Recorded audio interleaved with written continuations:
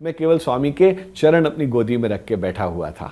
फिर इसके बाद एक एक करके स्वामी सबको इंटरव्यू के लिए लेके जाने लगे। अंत में मेरा समय आया, मुझको बुठाया और कहा तुम अंदर चलो, एक प्राइवेट इंटरव्यू रूम है। स्वामी वहाँ खड़े हो गए और मुझे अपने सामने खड़ा कर दिया और पूछा क्या हो गया रामकृष्णा। तो मैंने बिल्कुल हाथ जोड़ लिए। मुझे ऐसा लग रहा था कि मान लो मेरी माँ मुझे खड़े होकर के बहुत प्रेम से पूछ रही है कि तुम्हारा क्या हो गया। तो मैंने स्वामी को बताया, स्वामी आजकल मेडिटेशन में बैठता हूँ तो मन में बहुत गलत गलत विचार आते हैं, उल्टे सीधे विचार आते हैं, ध्यान नहीं लग रहा और मन बहुत विचलित हो रहा है, मैं क्या करूं स्वामी, और मैं बहुत परेशान हो रहा हूं और मैं ना भजन में कॉन्सेंट्रेट कर पा रहा हूं, ना कॉलेज में कॉन्सेंट्रेट कर पा रहा हूं, ना ध्यान का आनंद उठा पा रहा हूं। तो स्वामी मेरी ओर मुस्कुरा दिए और बोले तो क्या हुआ। मैंने कहा है, मैं स्वामी को बोल रहा हूं कि स्वामी मेरा मन इतना विचलित है, इतना बेचैन है, उसमें तरह तरह के उल्टे सीधे विचार भी आ रहे हैं और आप कह रहे हैं तो क्या हुआ।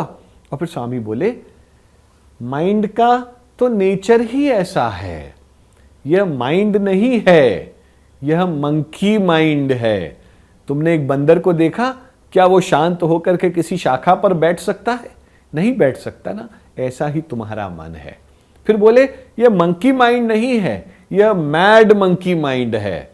बोले किसी पागल बंदर को देखा कि वो एक शाखा पर टिक करके बैठ सकता है?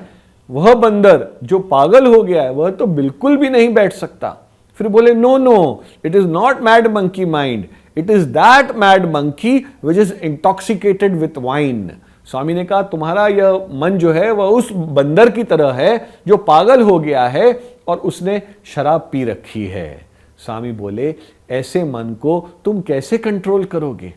फिर मेरी ओर प्यार से गाल सहलाया और कहा बेटा, जिस मन को साधने के लिए ऋषि मुनि सैकड़ों बरस हिमालय की चोटियों पर, नदी के किनारे, जंगलों में तपस्या करते हैं, तब जाके मन को साध पाते हैं, तो उस मन को क्या तुम कुछ हफ्तों की साधना से साध लोगे।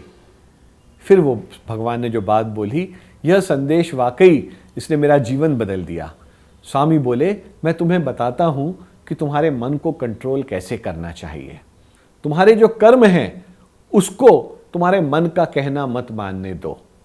और फिर स्वामी ने कहा तुम मान लो तुमने नए वस्त्र धारण किए हैं, नए जूते धारण किए हैं और तुम बाजार में जा रहे हो और धूप का समय है, तुम्हारी परछाई भी वहां दिख रही है। अचानक तुम क्या देखते हो कि बहुत सारी गंदगी, कीचड़ और पानी है। तो तुम क्या करते हो, अपनी पैंट ऊपर उठा लेते हो, आप अपनी एड़ियों के बल हो जाते हो ताकि जूते भी गंदे ना हो और उस कीचड़ से कूद करके जाने का प्रयास करते हो या उससे बच करके घूम करके जाने का प्रयास करते हो कि नहीं। तो मैंने कहा हाँ जी स्वामी, बिल्कुल वैसा ही करते हैं। बोले पर क्या जो तुम्हारी परछाई उस गंदगी में गिर रही है या उस कीचड़ से सराबोर हो रही है, क्या तुम परछाई को भी बचाने का प्रयास करते हो। तो मैंने कहा नहीं स्वामी, हम तो परछाई की ओर ध्यान भी नहीं देते, परछाई चाहे जहां गिरे, हम तो प्रयास करते हैं कि शरीर निर्मल रहे, वह गंदा ना हो।